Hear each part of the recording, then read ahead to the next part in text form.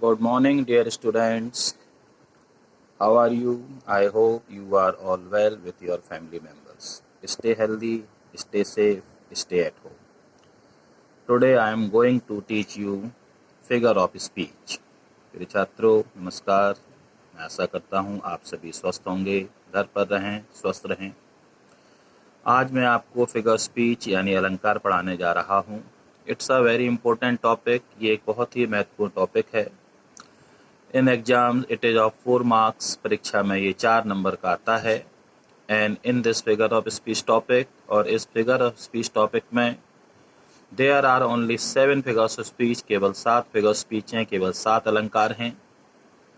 And in the exam, परीक्षा में there we have to define any one of 7 figure speech में से किसी एक फिगर स्पीच की हमको परिभाषा लिखना होती है, एज वेल एज हमको एक एग्जाम्पल देना होता है। And we are able to get 4 marks, और हमको करीब 4 मार्क्स मिल जाते हैं। तो it's very easy to get 4 marks in the exam. इसलिए परीक्षा में 4 अंक प्राप्त करने के लिए यह टॉपिक बहुत ही महत्वपूर्ण है। Now let us study this topic figure speech. First is simile. Simile का हिंदी नाम होता है उपमा, और इसकी परिभाषा कुछ इस प्रकार से है। It is the figure of speech in which there is a comparison between two different kinds of things which have at least one point in common। यह एक ऐसा अलंकार होता है जिसमें दो भिन्न भिन्न वस्तुओं के बीच में तुलना की जाती है जिनमें कम से कम एक गुण समान होता है। The words of comparison are so like and as used. और इसमें जो तुलना करने वाले शब्द होते हैं, सो लाइक और एज, उनका प्रयोग किया जाता है। एक बार फिर से, यह एक ऐसा अलंकार होता है जिसमें दो भिन्न भिन्न वस्तुओं के बीच में तुलना की जाती है जिनमें एक गुण समान होता है, और इसमें तुलना करने के लिए सो लाइक और एज शब्दों की मदद ली जाती है। Example, Rana Pratap was like a lion in the battle field. Rana Pratap युद्ध भूमि में एक शेर के समान थे। मीन्स राणा प्रताप की तुलना लॉयन से की गई है, और दोनों में जो समान गुण है वह बहादुरी का गुण है। और दोनों को कंपेयर करने के लिए जिस शब्द की मदद ली गई है वो शब्द है like. She was as sweet as honey. She कोई भी फीमेल की तुलना किससे की गई है? शहद से की गई है। और दोनों में समान गुण जो है, दोनों ही मधुर हैं, मीठे हैं, मृदुल स्वभाव के हैं। और तुलना करने के लिए जिस शब्द की मदद ली गई है वो है as and as. Exam figure speech number second, metaphor, जिसका हिंदी नाम होता है रूपक। इसकी दो परिभाषाएं हैं। एक बहुत सरल परिभाषा है, परिभाषा number 1, definition number 1। Metaphor is an implied simile. Metaphor एक संक्षिप्त सिमिली होता है, अर्थात मेटाफर जो है वो सिमिली का संक्षिप्त रूप होता है। अर्थात मेटाफर और सिमिली में बहुत ज़्यादा अंतर नहीं होता है। Definition number second, it is the figure of speech in which there is a comparison between two different kinds of things, but the words of comparison so like and as are not used। इस परिभाषा में बताया गया है कि यह एक ऐसा अलंकार होता है जिसमें दो भिन्न भिन्न वस्तुओं के बीच में तुलना की जाती है, लेकिन तुलना करने के लिए सो, लाइक और एज शब्दों की मदद नहीं ली जाती है। अर्थात कुल मिलाकर एक वस्तु दूसरी वस्तु बन जाती है। Example, Rana Pratap was a lion in the battle field. Rana Pratap युद्ध भूमि में एक शेर थे। अर्थात राणा प्रताप की तुलना फिर से शेर से हुई है। दोनों में समान गुण बहादुरी का है, लेकिन तुलना करने के लिए सो, लाइक और एज शब्द की मदद नहीं ली गई है। यही अंतर होता है सिमिली और मेटाफर में। Camel is the shape of desert. Camel की तुलना यहाँ पर की गई है पानी के जहाज से। Camel is the shape of desert. ऊंट रेगिस्तान का जहाज होता है। ऊंट की तुलना रेगिस्तान के जहाज से की गई है। अर्थात जिस प्रकार ऊंट जो है वो रेगिस्तान में सामान लेकर जाता है, इसी प्रकार जो पानी का जहाज होता है वह समुद्र में सामान लेकर जाता है। तो कैमल की तुलना शिप से की गई है। तुलना करने के लिए सो, लाइक और एज शब्द की मदद नहीं ली गई है। यही मेटाफर का अर्थ है। अर्थात मेटाफर एक ऐसा अलंकार होता है जिसमें दो भिन्न भिन्न वस्तुओं के बीच में तुलना की जाती है, लेकिन तुलना करने के लिए सो, लाइक और एज शब्दों की मदद नहीं ली जाती है। Number 3, oxymoron. इसका हिंदी नाम होता है विरोधाभास। It is the figure of speech in which there is a combination of the two words or phrases which have opposite meanings.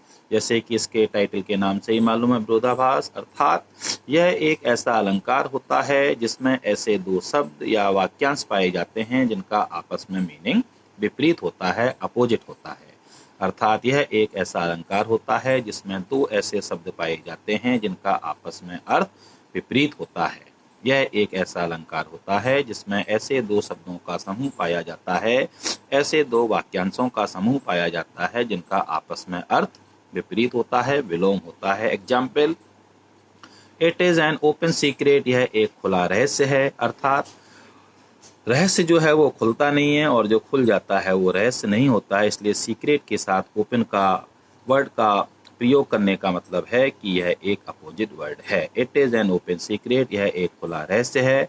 अर्थात जो रहस्य होता है वो खुलता नहीं है और जो खुल जाता है वो रहस्य नहीं है, इसलिए यहाँ पर दो विपरीत शब्दों का प्रयोग, दो अपोजिट वर्ड्स का प्रयोग किया गया है। ही इज रेगुलरली इर्रेगुलर, वह नियमित रूप से अनियमित है। एग्जाम्पल को समझने की कोशिश करते हैं।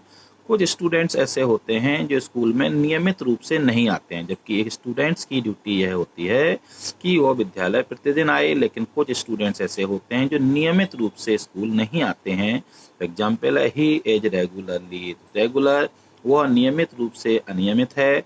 अर्थात दो अपोजिट वर्ड्स का प्रयोग किया गया है, रेगुलर और इर्रेगुलर, नियमित और अनियमित। Figure of speech number 4, hyperbole, जिसका हिंदी अर्थ होता है अतिशयोक्ति। अतिशयोक्ति एक ऐसा अलंकार होता है जिसमें हम किसी वस्तु का वर्णन उसकी वास्तविकता से बढ़ाकर या घटाकर करते हैं। It is the figure of speech in which the things are represented better और वर्स, ग्रेटर और less than they really are. अर्थात यह एक ऐसा अलंकार होता है जिसमें हम वस्तुओं को प्रस्तुत करते हैं उनकी वास्तविकता से बहुत अधिक बढ़ाकर, बहुत अधिक घटाकर, बहुत अच्छा बताकर या बहुत बुरा बताकर। अर्थात कुल मिलाकर यह एक ऐसा अलंकार होता है जिसमें हम वस्तु का वर्णन उसकी वास्तविकता से हटकर करते हैं। Example,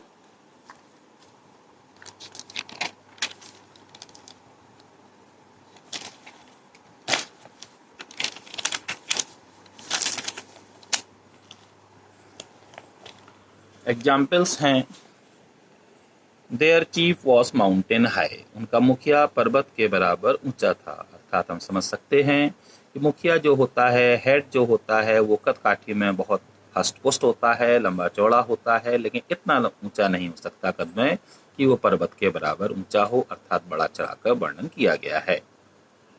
I have not seen my friend from ages, मैंने अपने मित्र को युगों युगों से नहीं देखा है। अर्थात यहाँ पर वाक्य का अर्थ यह है कि मैंने अपने मित्र को लंबे समय से नहीं देखा है, लेकिन युगों युगों से नहीं देखा है। यह एक अतिशयोक्ति भाव प्रकट करता है, बड़ा चढ़ाकर भाव प्रकट करता है। The reverse of blood flowed in the battle field, युद्ध भूमि में खून की नदियां बह गईं। इस वाक्य का अर्थ है कि भयानक युद्ध हुआ, बहुत सारे लोग मारे गए, लेकिन ऐसा युद्ध नहीं हुआ होगा कि खून की नदियां बह गई हों। अर्थात यहाँ पर भी बहुत अधिक बड़ा चढ़ाकर इस वाक्य का प्रयोग किया गया है, इस वाक्य को बताया गया है।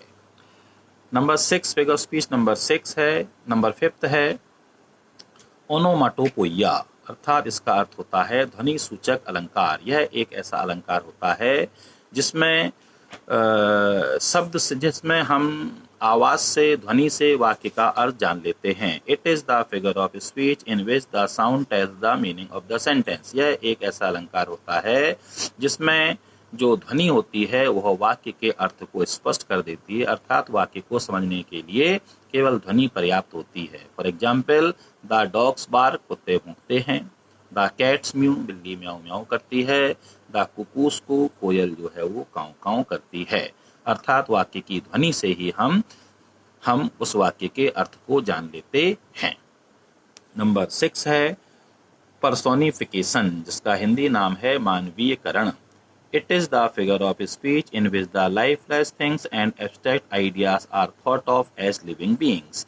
यह एक ऐसा अलंकार होता है जिसमें निर्जीव वस्तुओं को, भाववाचक विचारों को या वस्तुओं को ऐसा माना जाता है जैसे कि वो सजीव हों। अर्थात हम ये कह सकते हैं यह एक ऐसा अलंकार होता है जिसमें निर्जीव वस्तुओं को, भाववाचक संज्ञाओं को, विचारों को हम ऐसा मानते हैं जैसे कि वे जीवित हों, मनुष्य हों, उनके अंदर वो गुण हों जो कि मनुष्य के अंदर होते हैं, जीवित प्राणी के अंदर होते हैं। अर्थात निर्जीव वस्तुओं को और भाववाचक संज्ञाओं को हम सजीव मान लेते हैं, मनुष्य मान लेते हैं। For example, experience is the best teacher. अनुभव सबसे अच्छा अध्यापक होता है। एक्सपीरियंस एक एब्स्ट्रैक्ट नाउन है, भाववाचक संज्ञा है, इसको हमने क्या माना है? टीचर माना है। वाक्य का अर्थ है जिस व्यक्ति को जितना ज्यादा अनुभव होता है वह उस क्षेत्र में उतना ही अच्छा अध्यापक होता है। लव इज ब्लाइंड, प्रेम अंधा होता है। ब्लाइंड जो क्वालिटी है वो एक मनुष्य की होती है, लेकिन लव जो है वो एब्स्ट्रैक्ट नाउन है, तो यहाँ पर एब्स्ट्रैक्ट नाउन को हमने मनुष्य का गुण प्रदान किया है। Opportunity knocks at the door but once, भाग्य दरवाजे पर केवल एक बार दस्तक देता है। अपॉर्चुनिटी वंस अगेन यहाँ पर एक भाववाचक संज्ञा है, और नॉक जो है वो मनुष्य का काम होता है, खटखटाने का काम मनुष्य का होता है। यहाँ पर हमने अपॉर्चुनिटी को भी हमने यहाँ पर एक मनुष्य का गुण प्रदान किया है, इसलिए यह अलंकार मानवीयकरण कहलाता है। लास्ट नंबर 7, एपोस्ट्रॉफी, APOSTROPHE, जिसका हिंदी मीनिंग होता है संबोधन। संबोधन का मतलब होता है किसी को पुकारना। It is the figure of speech in which we address to a non living thing और एन एब्स्ट्रैक्ट आइडिया और थॉट। यह एक ऐसा अलंकार होता है जिसमें हम किसी निर्जीव वस्तु को, भाववाचक संज्ञा को या विचार को हम संबोधित करते हैं। अर्थात इसमें हम किसी निर्जीव वस्तु को इस प्रकार से संबोधित करते हैं, भाववाचक संज्ञा को इस प्रकार से संबोधित करते हैं जैसे कि वो सजीव हो और मनुष्य हो और हमारे सामने उपस्थित हो। O death where is your sting, जैसे हम मृत्यु को संबोधित कर रहे हैं, हे मृत्यु तुम्हारा डंक कहाँ है, हे मृत्यु तुम्हारा डंक कहाँ है, जैसे कि मान चलिए हम मृत्यु से बात कर रहे हों, जबकि ये एक भाववाचक संज्ञा। ओ जूलियस सीजर दो आर्ट माइटी येट, हे जूलियस सीजर तुम तो अभी भी शक्तिशाली हो। ये तब कहा गया था, जूलियस सीजर एक व्यक्ति था, ये तब कहा गया था जब वो मर गया था, अर्थात मरने के बाद हमने उसको संबोधित किया, अर्थात वो मृत हो गया है, नॉन लिविंग हो गया है, और हम ऐसे बात कर रहे हैं जैसे कि वो हमारे सामने अभी फिर से मौजूद हो। Dear student, this is all the topic figure speech. Please learn it, understand it and note down in your copy. It will help you in your exam for getting 4 easy marks.